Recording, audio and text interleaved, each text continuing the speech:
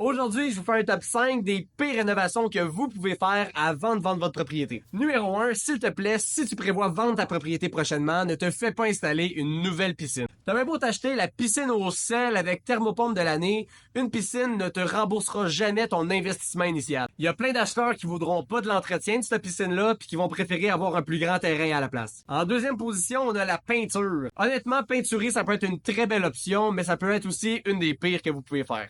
C'est pas tout le monde qui aime les couleurs punchées. C'est peut-être vraiment beau d'avoir un beau mur rouge pétant, mais ça met pas en valeur votre propriété. Je sais que c'est plate de peinturer en blanc, mais c'est la seule couleur qui est vraiment universelle, qui permet d'agrandir vos pièces et de les rendre plus lumineuses. 3. L'aménagement extérieur. Un peu comme la piscine, vos aménagements extérieurs, que ce soit du pavé uni ou vos aménagements floraux de plusieurs milliers de dollars, vous irez jamais chercher la valeur que vous avez mise sur votre terrain. C'est certain que l'aménagement va donner un beau coup d'œil, mais c'est pas ça qui va faire en sorte que votre propriété va se vendre plus cher.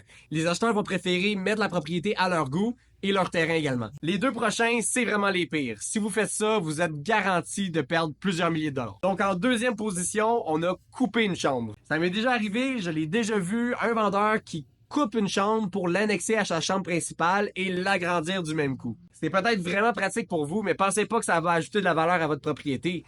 Pensez aux familles qui arrivent avec un enfant puis ils veulent l'avoir à proximité. Ils pourront pas bénéficier de ça parce que vous avez coupé une chambre. Finalement, en première position, on a enlevé un bain. Tu te dis que tu prends pas ça, toi, un bain, puis qu'une douche parapluie, une belle grande douche, ce serait beaucoup plus agréable. Ben, peut-être que c'est plus pratique pour toi, mais avec ta maison à 500 000 $, tu viens de te couper de 75% des premiers acheteurs. Un peu comme couper une chambre, les familles voudront plus rien savoir de votre propriété. À la limite, une chambre, ça se rajoute par après. Mais une fois que vous avez installé votre belle douche parapluie puis qu'il y a plus de place pour le bain, ben les familles pourront plus revenir en arrière par la suite. Bref, si vous pensez vendre prochainement, essayez d'y aller un petit peu plus conservateur dans les changements que vous apportez à votre propriété.